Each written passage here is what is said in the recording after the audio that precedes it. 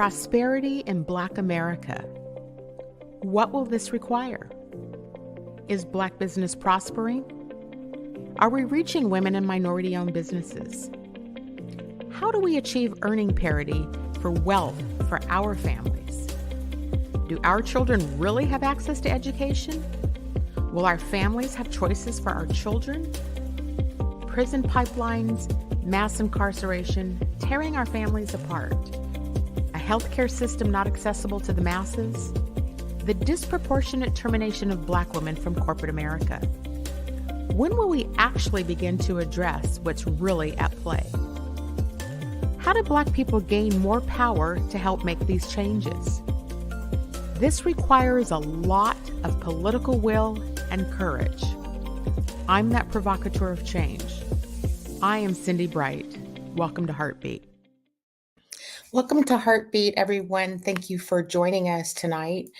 Today is Juneteenth, as you know, and we are happy to have a show this evening, a really good show lineup for you this evening with some of our esteemed elected officials.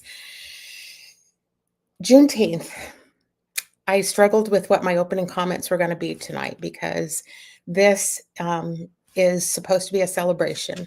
It's supposed to be a celebration of freedom. In 1865, this is when the Civil War ended and when the Emancipation Proclamation was declared by President Lincoln. And the whole notion of justice and progress and liberty were supposedly given to Black people. Here we are today in 2024, and we're asking these questions about how do we feel about this? We're in a contentious election cycle again. I could make the argument that we really haven't, the federal government hasn't really repaired the damage that slavery has done to our country. It's still prevalent in society today. People like to say things like, why do y'all still talk about slavery? And can't you just get over it? And haven't things progressed? Well, yes and no. And you can look around and see that things like racial justice are under attack. The DEI world is under massive attack right now. Did you see the news today with, I believe it was in Louisiana, where the 10 Commandments are now being put up on the walls, but by the book banners? Do we still see the numbers of racial wealth gaps widening? Black women's health, our access to health care, is it getting better? I mean, you answer those questions, right? And now, we're being targeted for revenge. This is a revengeful political cycle, presidential race that we're all facing. And women are under attack. Our rights, our voting rights, the full-on attack is going back to roll things backwards. And so here we are today on Juneteenth. But there's good news because we do have, some wonderful elected Black women officials who are here in Washington State doing the hard work that needs to be done to help make progress. Now, one of our elected officials, Representative Melanie Morgan, her bill that she put forward is actually the reason why Washington State is declared a holiday for Juneteenth. It takes getting in positions of power to start driving and making change. So we're thrilled this evening to be able to have several of our elected officials because we want to talk to them not just about the work that they do. We want to hear that definitely. But what is the impact this work is having on them?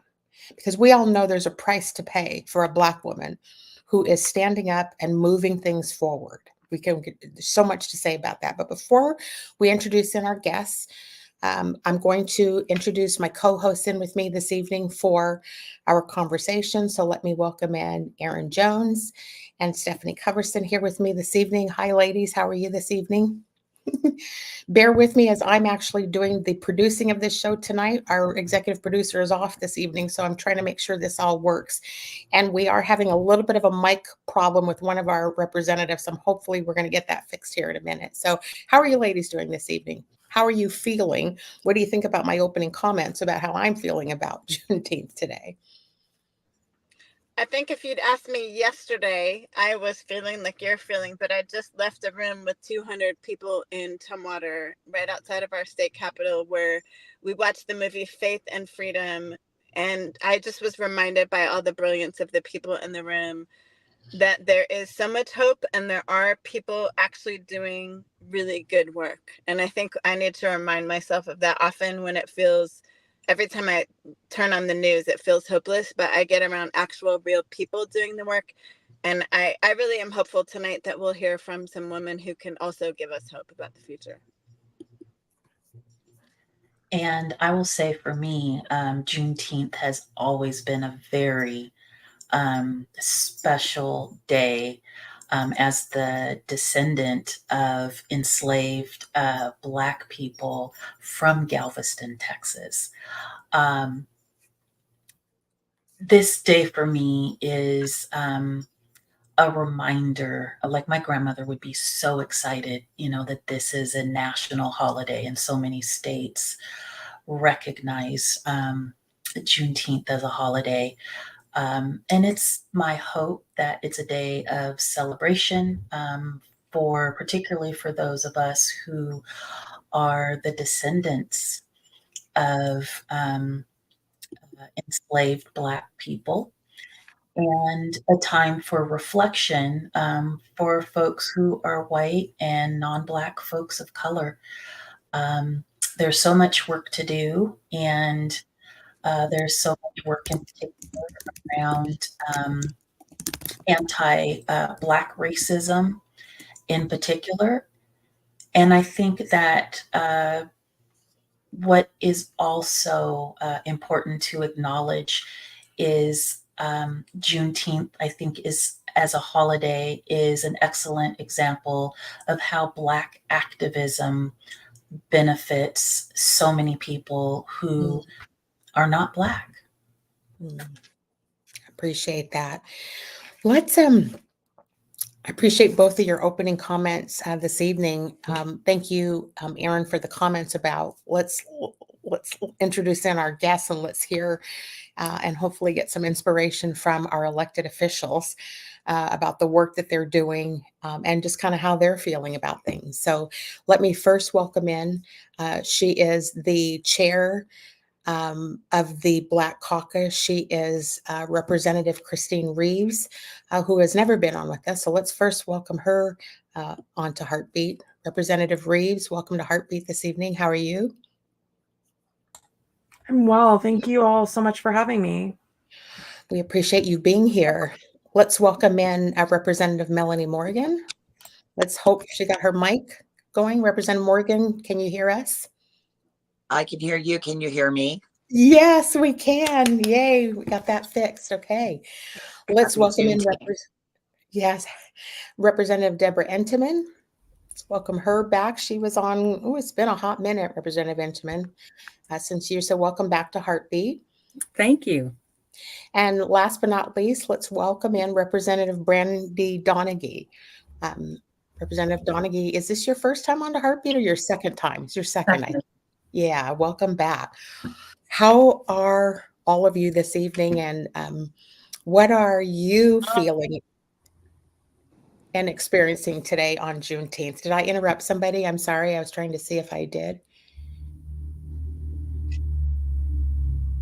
Okay, how are you all feeling? I'll start with you, Representative Morgan, since you are who brought the bill forward for this as a holiday. I'd love to hear more from you about your thoughts about today and how you're doing. Yeah, thank you. Thank you for having us all here today. Happy Juneteenth to everyone out there. Today was more of a restful day for me this year, as we have been running this bill since 2021 and out speaking in the community. But now it's so wonderful that the community has really taken over this celebration and have moved on in big celebrations like in Stewart Heights and Tacoma, smaller celebrations that you have with Erin has talked about, like in Tumwater and all over the state, which I'm really excited about. So today was more of like reflection for me in more of a restful time. Representative Entenman? First of all, I'd like to greet all of my sisters who are here today. It's nice to see your faces on the screen.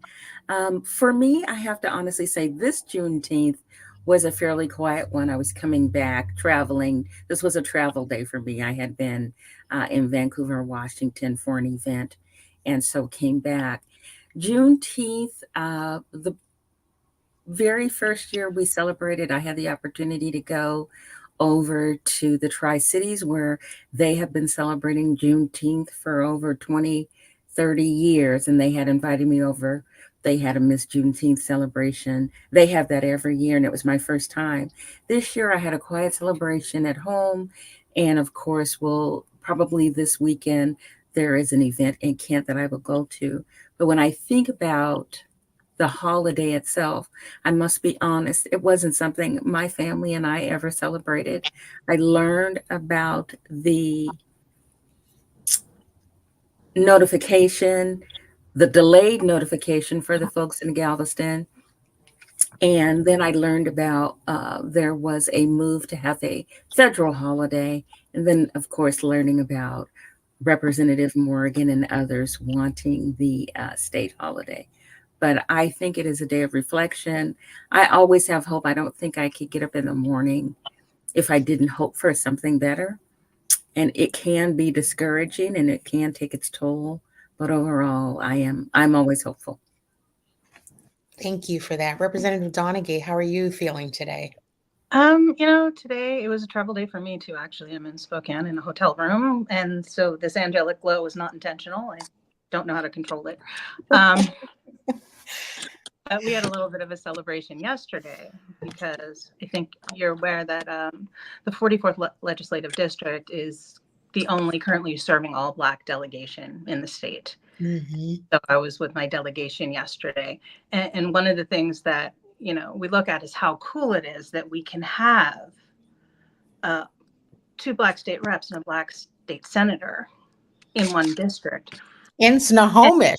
And how historical it is.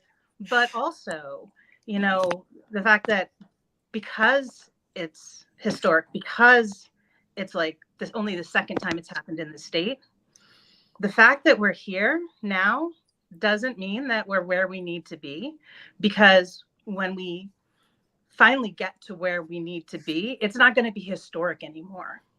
It's going to be just something that happens anywhere just because. And so that's one of the things that has a tendency to kind of run through my head every Juneteenth now. But because for every step we take, we always feel like we're getting somewhere, but then we also feel like we're always being pushed back too, because it's like, you're here. Mm-hmm. Oh, but shouldn't that be enough? No, it's not enough. Mm-hmm. So I have a tendency to go into a little bit of circular thinking when we do this, because it's a celebration, but it's also a statement that there needs to be more. Mm-hmm. Representative Reeves, welcome to HeartBeat. We've not heard from you, and we're excited to hear from you because we know you are the newly elected chair of the Black Caucus. I had heard the title interim, but I don't know if that's still the case. But we'd love to hear from you about how you're feeling today, and then we'll kind of jump into some of the work that I think you all are working on. Yeah, well, hi. Thanks, Miss Cindi, for having me. I think also to my fellow colleagues, I think I just am struck consistently by how much Black women continue to show up for our community and to lead. And here's yet another example of strong Black women in the state legislature leading on behalf of our community. Miss Erin, it's so nice to see you. Miss Stefani, thank you all so much for having us. I spent today in community, primarily focused on supporting Black-owned businesses. I think oftentimes we celebrate these holidays as days off from the work, but the reality for me is that Black liberation is not truly liberation until we have economic liberation. And so for me, it was a great opportunity to get out and support the Black-owned businesses in my community and to show up for them. And I would say, I think as a mom of 2 young kids, thinking about the future of our country, the future of our communities, today for me was a day of making sure that my great-grandmother also came out of slavery. in Gilmer, Texas, and my grandfather brought, or great grandfather brought his family, to economic Great Migration into California. So for me, it's about helping my kids also understand their history and to recognize that their history is American history at a time when so many are working so hard to minimize that history, to erase that history, to suppress that history. Today was just a great opportunity to ensure that my kids know their history and that they know that their history is American history. Yes, thank you for that. Representative Reeves, we are privately messaging you, letting you know your mic is cutting in and out. Okay, just wanted, but we heard the gist of what you said, so thank you for that. Can you all talk to us about some of the work that you have been tackling in the legislature that impacts Black community significantly? Can we hear, like, what are some of your thoughts about? I know it's just shortly after last session and we're not quite ready for next year yet, but maybe some thoughts about what you're thinking about forthcoming for the next Black Caucus session and legislative session. Who'd like to take that? Maybe we'll start with Representative Morgan. Oh, again, yay. I think the biggest issue is where we left off, and that was the Community Reinvestment Fund that we got $200 million appropriated to address the harm that was created on the war on drugs. And that was really in 4 buckets: in economic development, civil legal aid, prevention and intervention of youth violence, and reentry services. So I'm excited about that's still rolling out in its parts. And also, I think another huge piece for me would be in the agricultural space, in making sure that we have equity in farming and ranching and alternative farming.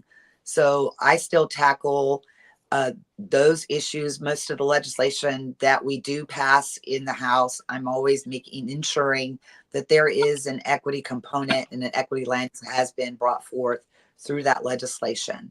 And I think that we, as the Legislative Black Caucus, do an awesome job together, ensuring that those legislations and pieces of appropriation that leave the Capitol are actually servicing the people that we intended it for them to receive.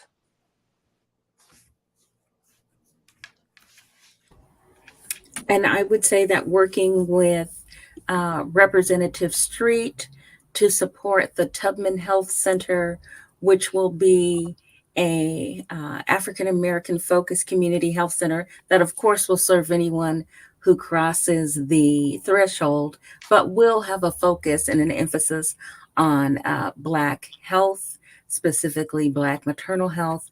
I'm happy to work with Rep Street for that appropriation. And then the work that I often have the opportunity to do around making sure that our students on campus, especially our college campuses, have what they need.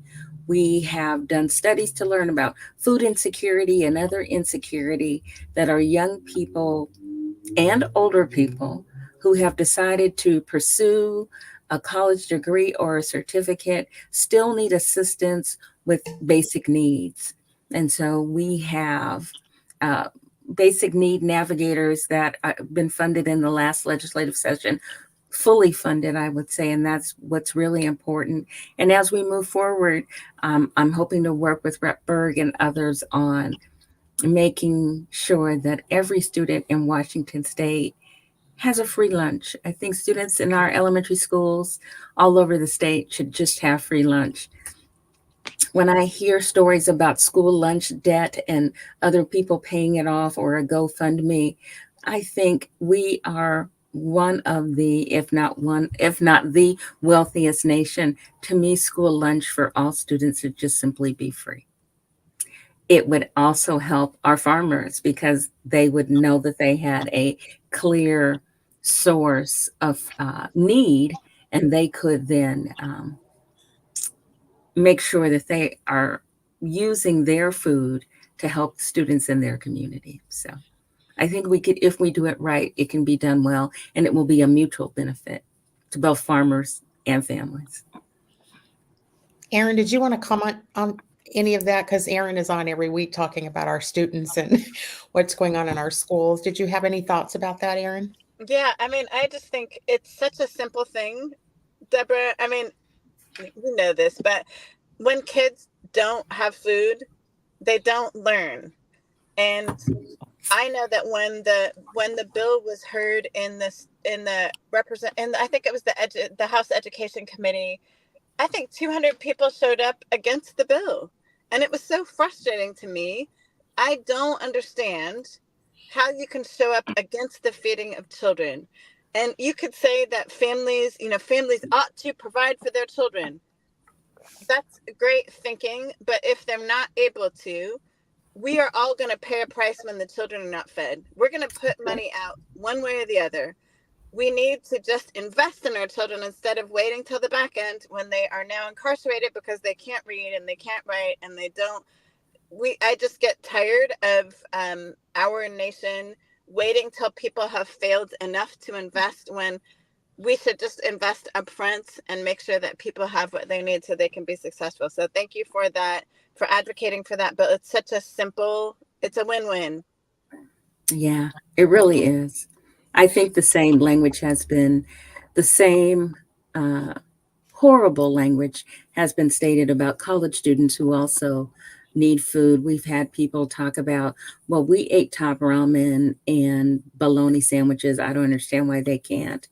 And when I talk to them about students who have made the choice to live in their cars and shower in the school gym at the University of Washington and depend on their friends to have access to laundry because they are trying to improve their lives.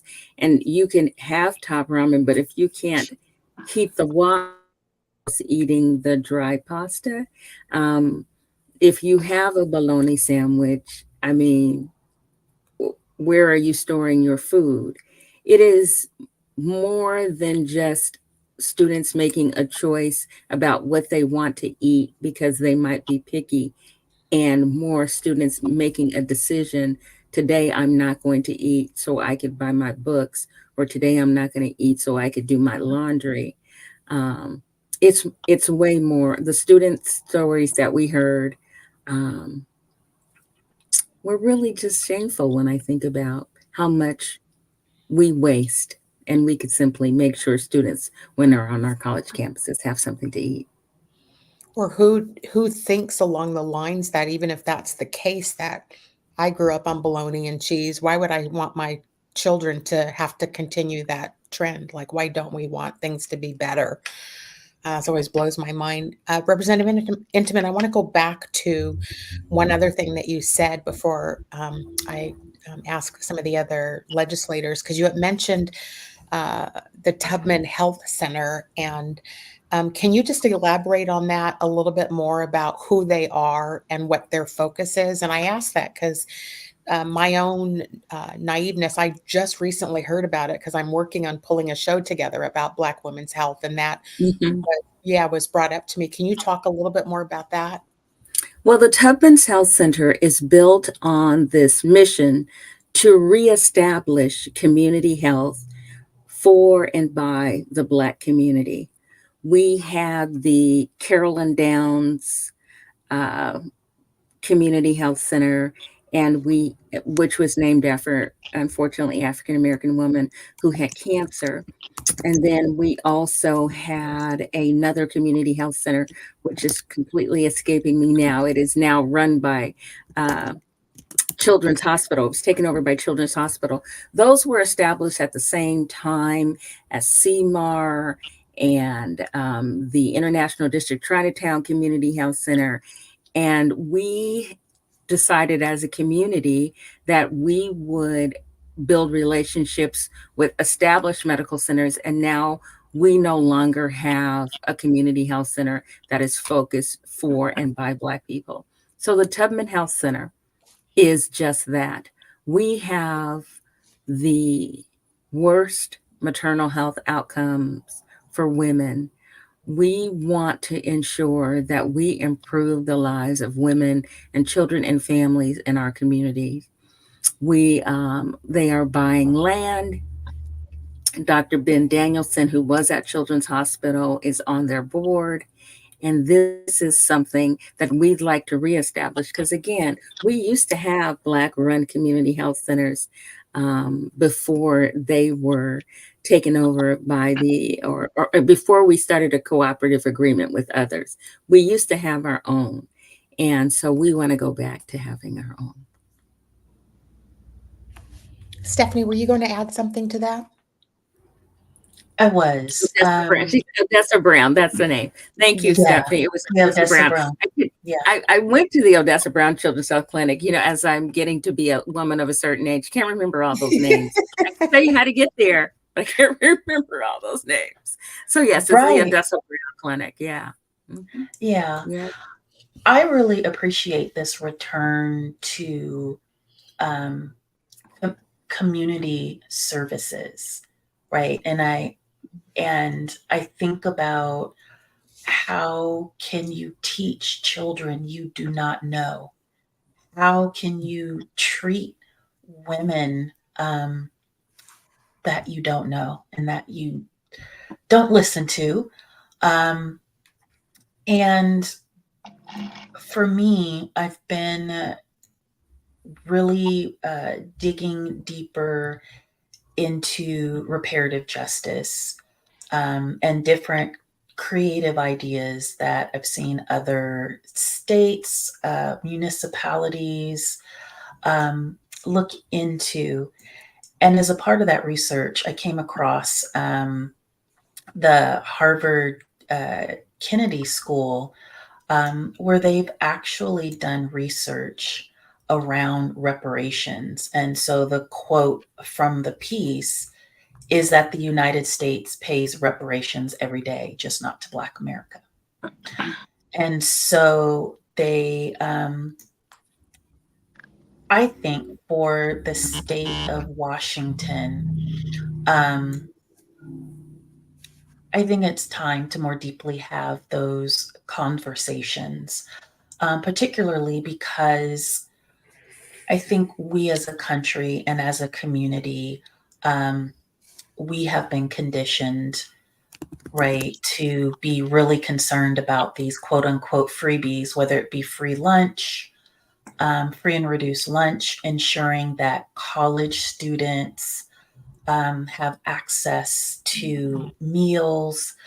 And many of these programs are really around, we don't want Black people to have them.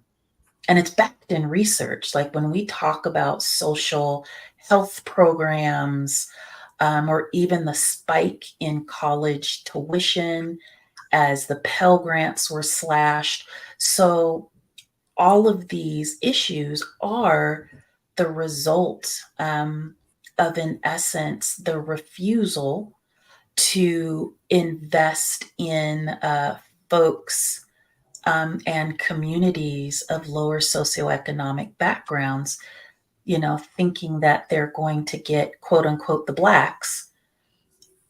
But Black folks are not the only poor folks, the only folks that cannot afford lunches, breakfast, the choice between whether you're going to put gas in your car or food on the table. And so I think it's really important as Washingtonians, we have this conversation about the genesis of some of these gaps. Mm-hmm. Yeah, I appreciate those comments. Stephanie, Representative Donaghy, did you have any any issues you wanted to bring forward around some of the work that you're working on? Let me also mention, and I appreciate the reminder that these are not our only elected officials who are working on Black issues. We did attempt to bring some more on. It's difficult with a lot of people on one show, but just a quick reminder to our community that Representative Taylor, Jamila Taylor, is also working on the home ownership bill and the covenant home ownership bill. And Representative Hackney, who we've had on before, is also working on public safety reform. So I'll make sure that I reach out to both of them to have them on before the next session so we can hear from them about that work as well. Representative Donaghy, did you have something you wanted to talk about? Yeah, I was listening to what Rep. Morgan was saying, and one of the things she mentioned is having to be able to look at everything with an equity lens to make sure that there aren't bills that are going to negatively impact our community. And the reality is that pretty much every bill is going to impact the Black community in some way. And if we're not paying attention, if we're not watching, if we're not going to be the ones who step up and say something when we identify an issue, then too many cases, it's negative. Like it impacts the communities negatively. And that's part of, I think, how we find ourselves where we are, because when everybody isn't at the table and when the community isn't at the table, other people make decisions on what they think we need, and that's not what actually happens. Mm-hmm. So I wanted to kind of highlight that because it is important and it's something I know we all spend time doing. And for the food thing, I do a lot of stuff surrounding emergency preparedness and disaster response. And one of the things I noted is that when we had COVID, lots of people started COVID gardens, but the people who could do that were the ones that had the time to do it and also had the property to be able to do that. It meant they needed to have a plot of land, or they needed to have a balcony, and they needed to have access to all the supplies. And so one of the things I've been working on for a while, and I'll probably be working on it for a while longer, is finding ways to get hydroponic systems into people's homes, particularly working with like kids who are learning about hydroponics and in STEM classes in school, allowing them to build their own systems, take them home in order to be able to grow culturally relevant foods in their home in like a 1x1 or 1.5 by 1.5 foot footprint with a tower that they build themselves. So it doesn't cost $500 like what you can get online, to allow people to be able to be resilient in their food supplies, to help build food sovereignty, which is something that, we can keep offering people food forever, but until we create a system that allows people to grow their own food and produce their own food, then they're always going to be reliant on somebody else providing something. Does that make sense? Mm-hmm. And I think that we can build more resilient communities simply by helping people get those small resources that will allow them to do it. And that's better for emotional health, physical health, and for ensuring that people are able to get back on their feet after a disaster. And it's communities of color that suffer the most when we have something happen. Mm-hmm. So kind of where my focus tends to be is in that area. We appreciate hearing that. Representative Reeves, you are I'm hearing an echo of myself. Can we hear from you about some of the work that you are working on? Sure, thanks. And hopefully my mic is going to do better, but if not, bear with me. One, I just want to thank you for highlighting our colleagues' work. When I got elected in 2017, I was the first Black woman elected to the legislature in 18 years. I'm proud to say today that we lead a caucus of 11 Black members in the legislature, representing the diversity of thought among the Black community, because we are not a monolith and we care about a lot of different things in a lot of different places. And hopefully what you've seen reflected today is that strength of diversity, even among the Black women on this call, fighting for our community. I think, what I would like to kind of follow up on Stefani's comments, the work that I'm doing around supporting Black community is what I like to kind of think about as reparations light, because when I think about how to best provide reparations, we don't have the capacity as a state to just write everyone a single check and hope that we've tracked everybody correctly in terms of your descendancy and your connection to slavery. But what the two things I know growing up in my family is that We were promised 40 acres and a mule, and some folks got it. Most of us did not. And that childcare access, or childcare in general, is one of the clearest and most direct correlations to the impacts of chattel slavery in our country. We know that childcare workers today are predominantly women of color. We know that childcare workers today make less in most cases than dog walkers. We also know that the communities hardest hit by the impact of a lack of childcare access are rural communities and suburban and urban childcare deserts. So when I think about how best to correlate the impacts of chattel slavery in today's society and to mitigate those things, I think about how we best connect getting you your 40 acres and a mule and mitigating the impacts of childcare access. And so we actually, I introduced a bill last year called the Social Equity Land Trust. This would be, the state has been in the business of buying, procuring land for a variety of purposes to provide beneficiary status to our schools, to our ports, to our local taxing authorities.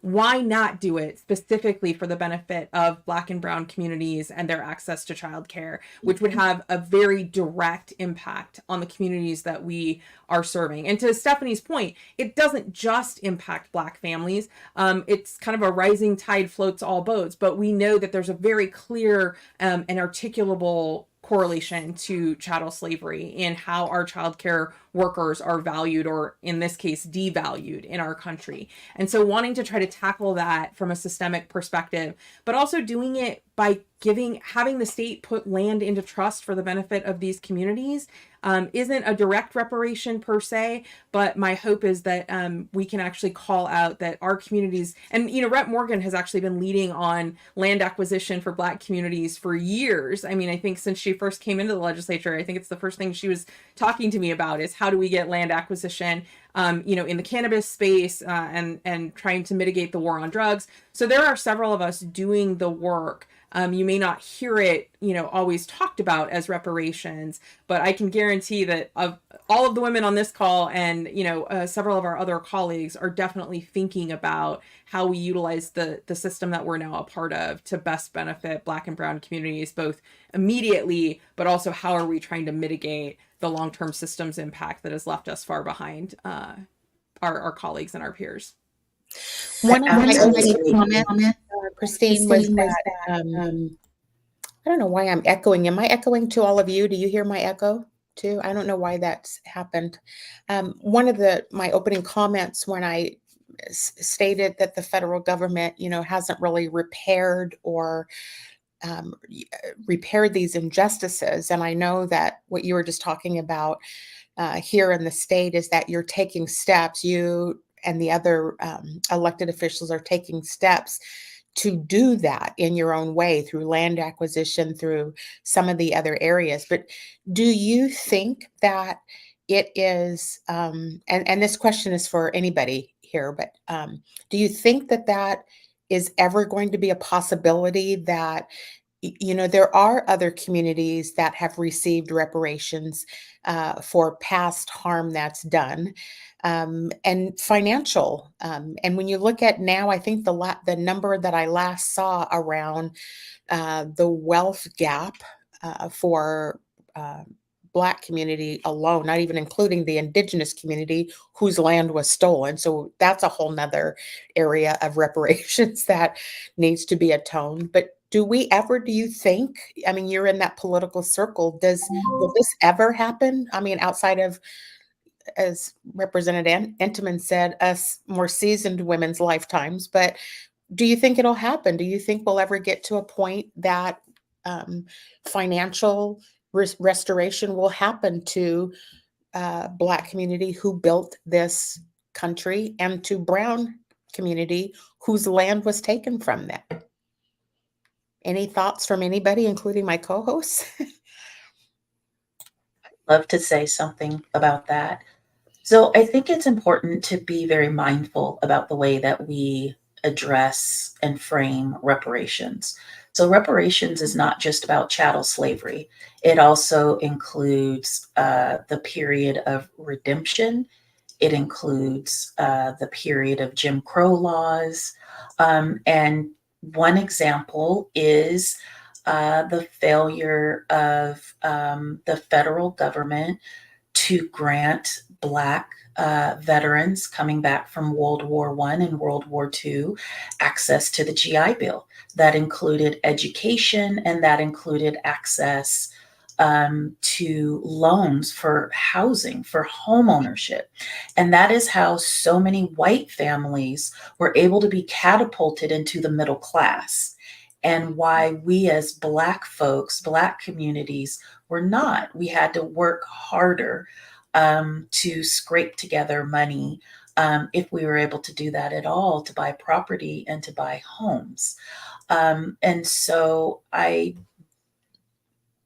do not think that reparations is just about writing a check. I think some of it is because many of the institutions that specifically profited and benefited, for example, ensuring the slave ships that kidnapped and stole indigenous Africans and came here to do their thing, or insurance companies and banks that folks were getting money and insurance and insuring enslaved Black bodies.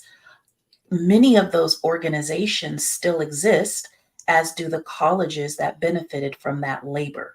And so I do believe that there is a financial write a check component, because the government has done that for everybody else, and continues to do that, and does it very effectively, because that is the purpose of a government, right, in part. But it is also looking at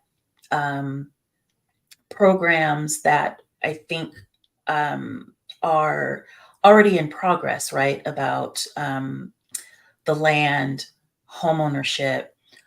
We need to have more conversation about education. That is supposed to be a key and catapult into higher paying jobs, and whether that is being a 4-year college degree, trades, whatever. But I think it's a broader conversation than chattel slavery, because what we have endured did not stop with the passage of the 13th Amendment, which is actually the amendment that ended slavery, allegedly, because we're not going to get into prisons as for another show. But the 13th Amendment is what freed all of us, allegedly, again, because the Emancipation Proclamation was just about the Confederate States. And so there were enslaved people that were left out of the Emancipation Proclamation. Any of our elected officials have thoughts about the reparations conversation? Yeah, I mean, I want Rep. Morgan to speak on this for sure, but I definitely think you're spot on. And I think the folks on this call are doing that work every single day to their own peril, quite frankly. The more we speak up in caucus, the more, remember, we are operating in an institution that was not built for us, by us, or with our inclusion in mind. And while there are now more of us building than there have been in the last 8 years, it does not change the fact that this institution was, quite frankly, designed and is currently working very proactively to marginalize us, to silence us, to create barriers for us, particularly as women, but particularly as women of color, in trying to reform these systems. I sit on the Consumer Protection and Business Committee. I regulate or help regulate financial institutions and insurance. We are having conversations about how we bring those institutions into the 21st century to benefit Black and brown people, and force them to be accountable for the harm that they've done in real estate, for the harm that they're doing in credit checks and credit scoring. And so it is happening across the system, and in a lot of different ways where we don't talk about it as reparations. But you're spot on that because there are more Black and brown people in that building today than there have ever been in the history of that institution, we are having those conversations in a very thoughtful, strategic, and nuanced way that I do think, while we may not call it reparations, is leading to accountability is leading to mitigations of institutional harm that have been done for generations. And my hope is, while I may not see all of it, resolved in my lifetime or Miss Debra's lifetime or Miss Brandy's lifetime, that we will see it ripple through the institution, and that it will create the change that I think we've all desperately been working towards. My grandmother, in politics, my grandfather who trained at Tuskegee and didn't benefit from his time in service. I stand on the shoulders of my ancestors who've been having this fight for generations, and I'm going to continue the fight, I think, like all of the folks on this call. And our hope is that the fight becomes easier with each generation that, follows us. But Rep. Morgan, I know you've been doing this work very loud and very proud since you came to the legislature. Do you have thoughts on this? I think that that we are addressing reparations, maybe not in the form of a check, but I do feel that we as Democrats have been putting resources towards, like what Representative Entenman mentioned, like with healthcare or with housing, or with the Community Reinvestment Fund of $200 million in addressing Black and Brown issues. Even with our homeowner covenant bill that we passed there too. So when we are past the redlining that still happens today, especially inside banks and home loans, these are the things that I see as tangible items to be able to touch, per se, to make the reparations happen. So we may not see a check in our lifetime, but at least we will be seeing policies and resources that actually address the very reparations that we're speaking of. For instance, I've had conversations with the banking industry about just creating, because they can create any type of program, mortgage program that they want. And I'm like, create a 1% mortgage program then. And that would go the same for automobiles, right? You could create a low percentage program for those people that were harmed, because it's not going to look, I don't need a mule. And maybe I don't want 40 acres, but I'll take an acre, right? So as long as I'm participating in what makes this country wealthy, and that's owning land, that's why the promise is so big. And then the other things that Dr. Coverson was speaking of, and Representative Reeves, and it's not just this here. But since we didn't take care of it here, now the harm has rippled. Somebody said that earlier about it rippling. And so that's what we're here for, to handle the ripples as we're trying to get to the juggernaut. Thank you for that. Representative Donaghy, did you have something to add to this? Yeah, I think conceptually, exactly what Rep. Morgan said.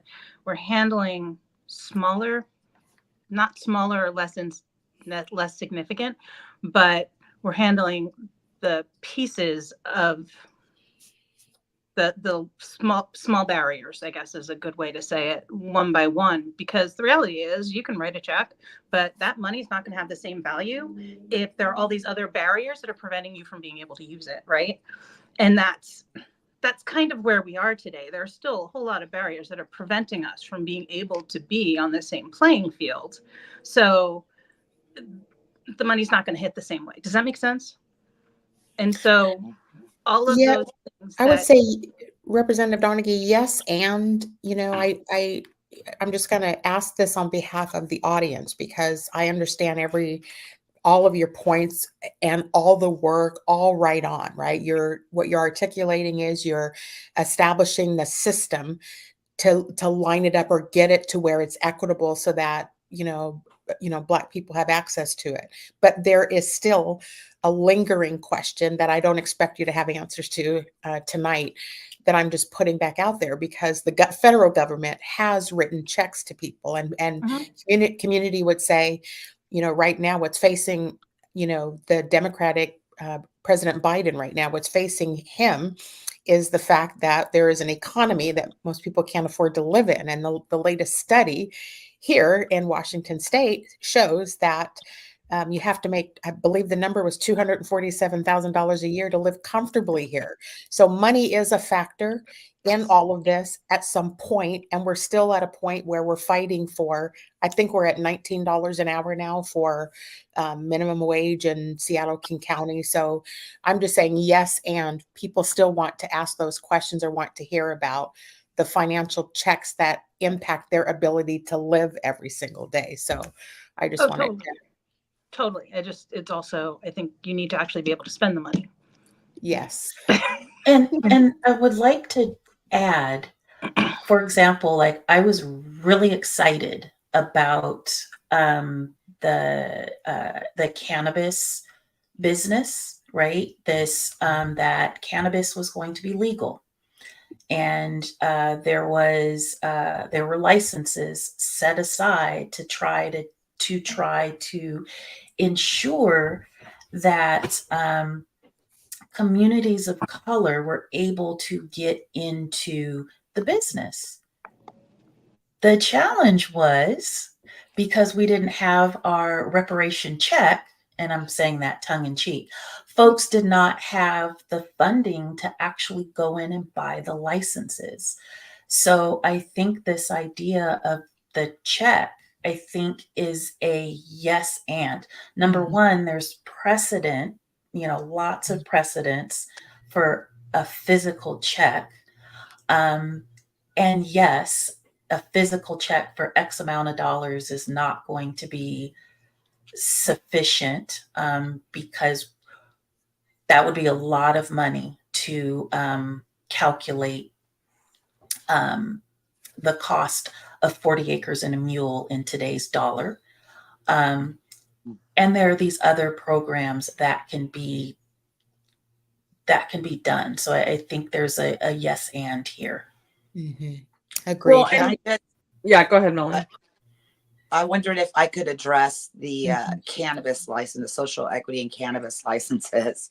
So that is a broader conversation here. We have lots of multiple people involved in ensuring that those licenses get out. But in fact, money was put there into the community reinvestment account that people could apply to get that money. The problem is that as we are moving forward, as Representative Reeves said, the place was never intended for people like us to either receive any funds. So these funds are on a reimbursable status.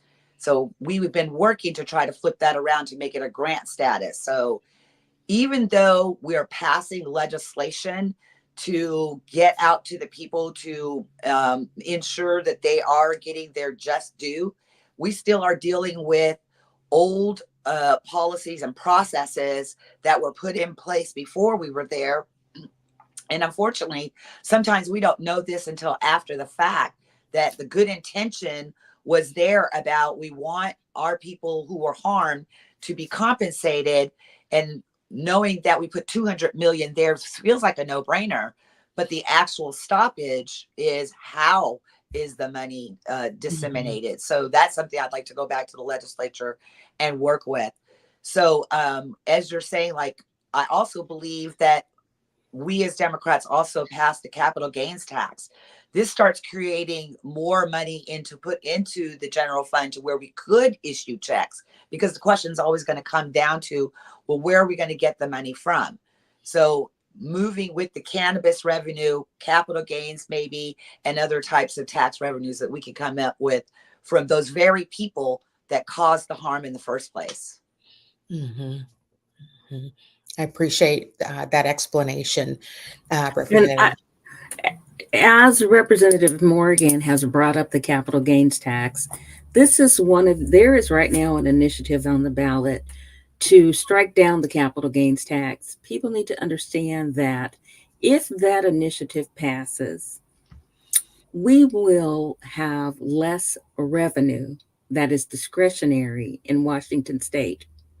If we have less revenue that is discretionary just means we can spend it how we need to, we will have serious problems.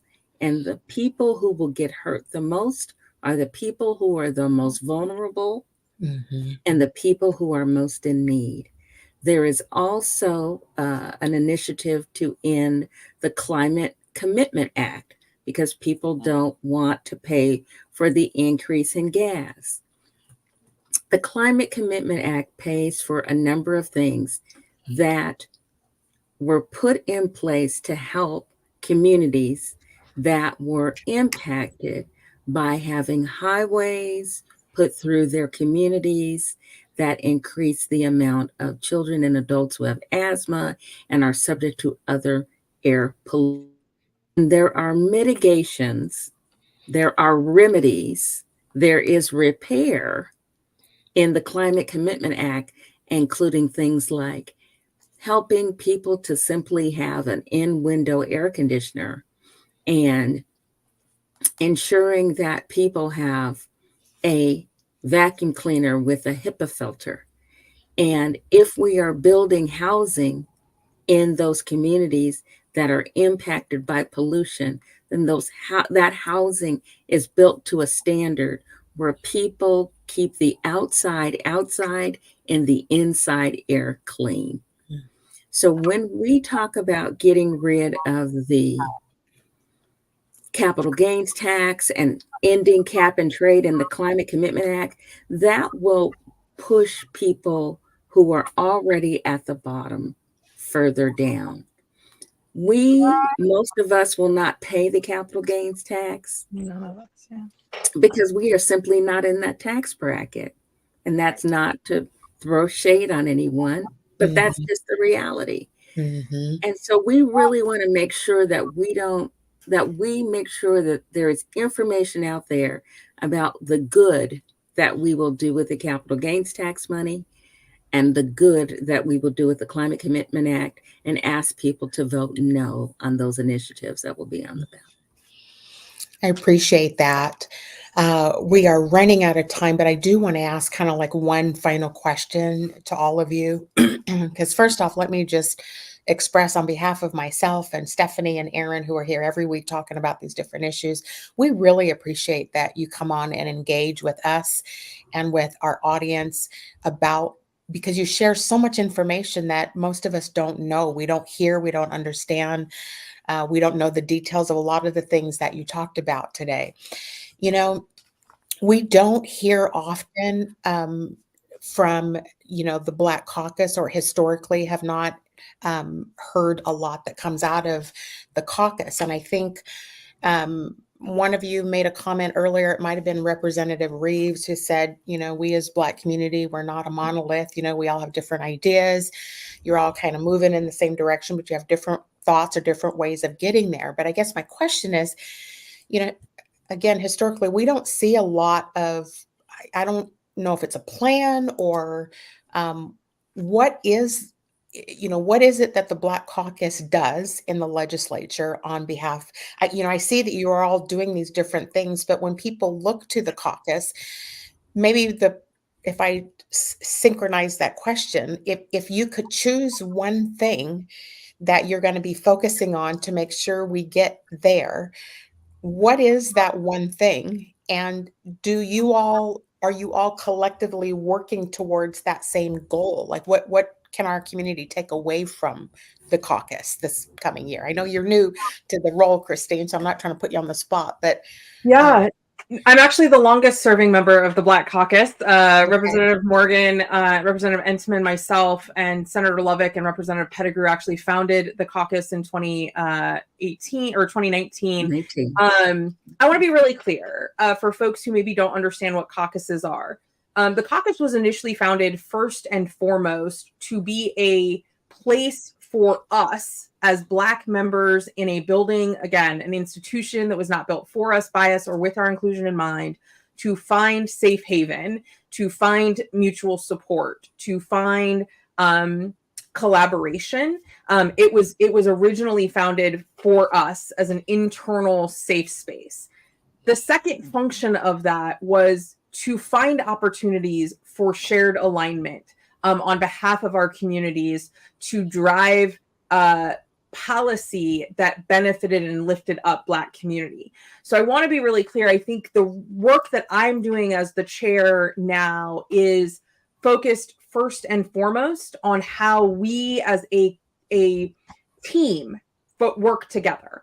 That is, I think, the effort that we are putting in over this summer is to bring us back together as a group of 11 members. You know, that's a lot of folks, right? When it's one or two, you are sticking together because it's one or two of you. There's now 11 of us, and we all have very different thoughts and ideas about how to move the work forward.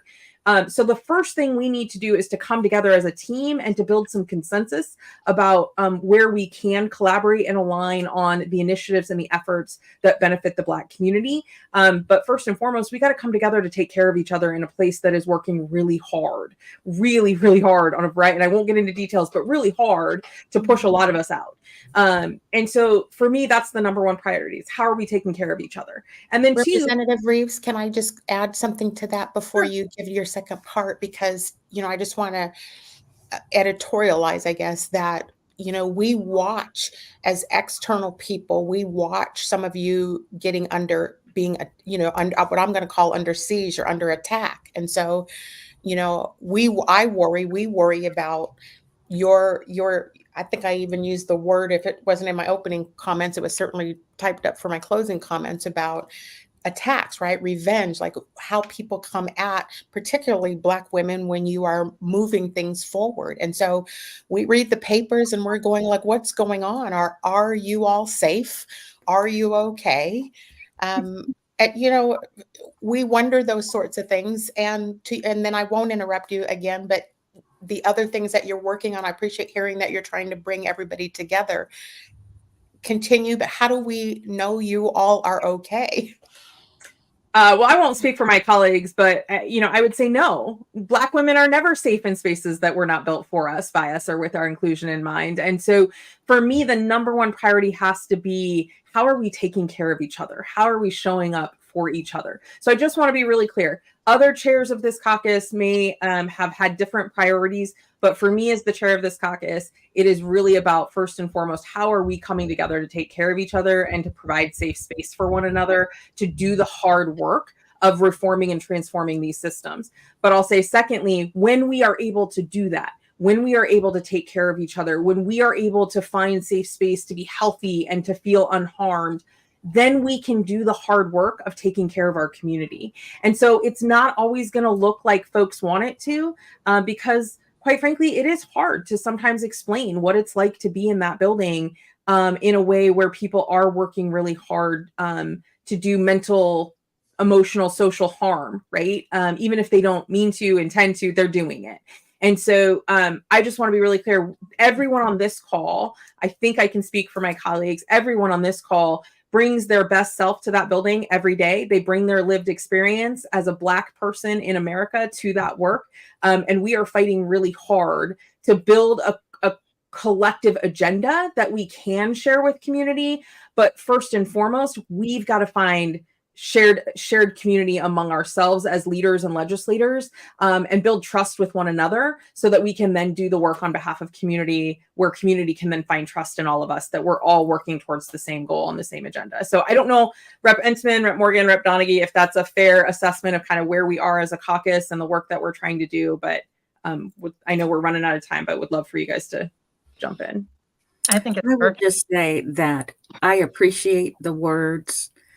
I appreciate the statement that you have just made. I know often we hear, what do you do? What do you do? What do you do? Sometimes we just prevent shit from going down. I'm just going to be honest. And you may never see it. The bill doesn't come to the floor, right? The idea doesn't get put forth. Sometimes we just have to be there to do that as well. That's the reality. Yeah, and we don't have to agree on all the policy in order to be able to back one another up. Because even if we're not all doing the exact same things, we all have the same goals. And we all recognize that it's tough to be where we are and that we need to lift one another up in order to be able to keep moving forward.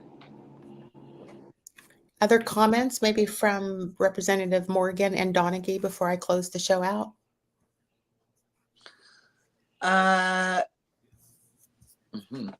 You just got to keep focused, really, on what the end goal is here. And we knew this when we came in 2019, Representative Entenman and I, we came in that large class, that this place wasn't for us. We were stereotyped.